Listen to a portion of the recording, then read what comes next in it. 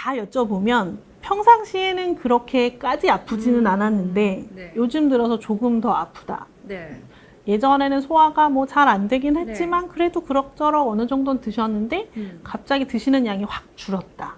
이런 변화들이 조금 더 네. 심각하게 나타나시는 그런 경우에는 네. 우울증을 한번 생각을 해보셔야 됩니다. 네.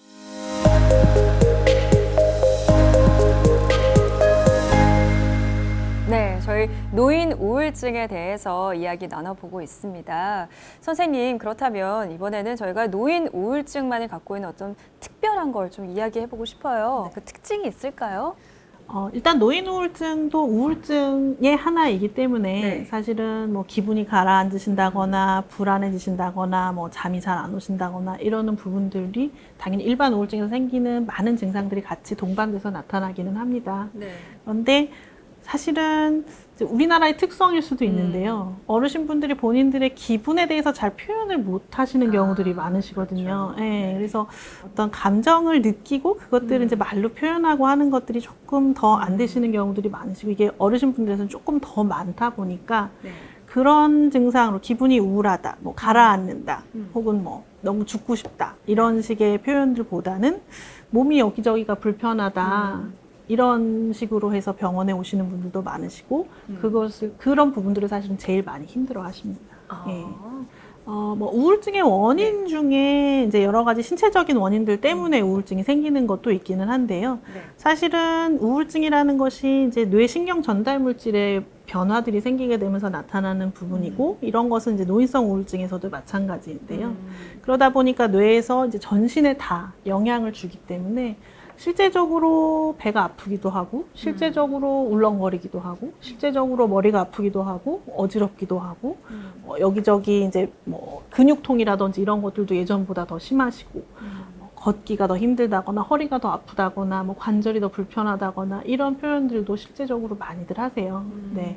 잘 여쭤보면 평상시에는 그렇게까지 아프지는 않았는데 네. 요즘 들어서 조금 더 아프다. 네. 예전에는 소화가 뭐 잘 안 되긴 했지만 그래도 그럭저럭 어느 정도는 드셨는데 갑자기 드시는 양이 확 줄었다. 이런 변화들이 조금 더 네. 심각하게 나타나시는 그런 경우에는 네. 우울증을 한번 생각을 해보셔야 됩니다. 네. 그러면은 그렇게 좀 캐치할 수 있는 좀 팁을 좀 드리자면요. 가족분들이 좀 알아챌 수 있게.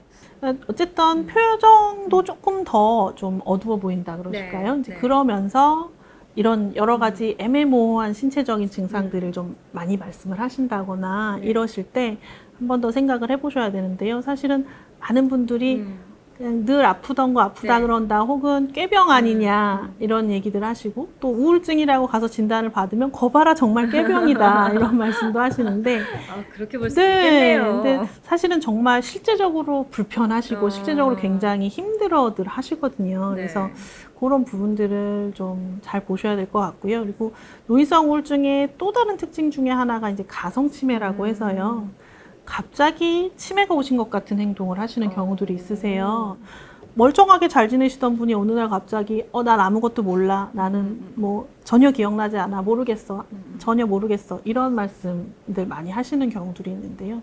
그럴 때는 보면 우울증이 좀 깊어지시면서 일시적으로 그렇게 좀 잘 안 되시는 경우들도 있으시고요. 그리고 가성치매까지는 아니더라도 사실은 이건 성인에서도 나타나는 건데 왜 우리도 좀 스트레스 받고 그러면 집중 잘 안 되고 맞아요. 그러다 보면 뭐 깜빡깜빡 하기도 하고 그러잖아요. 네. 그런 것들이 어르신분들에서는 조금 더 또 두드러지게 나타나기도 하고 그렇습니다. 그런데 이러한 좀 몸이 좀 불편해 아니면 좀 내 마음이 좀 우울한 것 같아.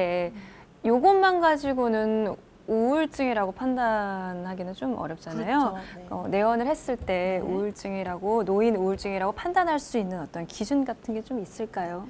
저희가 일단 그런 기분이라든지 이런 부분들을 이제 환자분과 같이 상담을 하면서 네. 일반적인 이제 우울증의 경우에 우울하다고는 말씀 안 하시지만 잘 여쭤보면 예전과 달리 모든 게 다 귀찮고 힘들다 이런 얘기들을 참 많이들 하세요. 그래서 저 같은 경우는 사실 여쭤보는 포인트 중에 하나가 사실 할머님, 할아버님들이 가장 좋아하시는 거는 손주들이잖아요. 그래서 손주들이 대개들 말씀하시는 게 오면 갔으면 싶고 가면 왔으면 싶다라고 많이들 말씀하시는데 사실은 우울증이 생기시게 되면 가도 그냥 잘 갔다. 네, 그러니까 처음부터 아예 오는 것 자체가 굉장히 부담스럽고 아우 이거 어떻게 하면 좋지 뭐 이런 생각들 하시고 와도 별로 처음부터 별로 좋지도 않고 이런 말씀들도 많이 하셔서 그렇게 평상시에 너무너무 좋아하시던 손주들이 와도 처음부터 이렇게 반색을 하시지조차 않으시고 하신다면 네.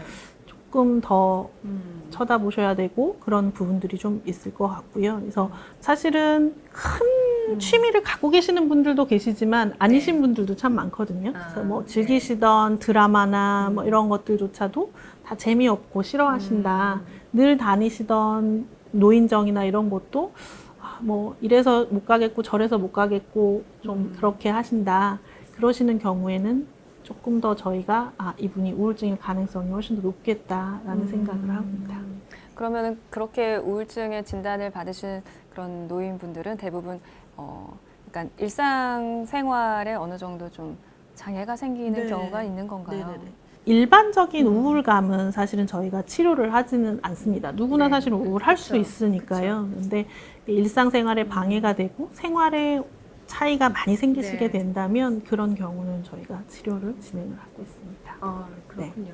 네, 선생님 말씀 들어보니까 정말 노인 우울증에는 그냥 우울증과는 다른 좀 특별한 특징들이 있었던 것 같습니다. 혹시 지금 영상을 보고 계신 분들 주변에 있는 우리 할아버지, 할머님들 조금 이렇게 평소와 다르신 것 같다라고 생각 드신다면 같이 정신과에 내원해 보셔도 좋을 것 같습니다.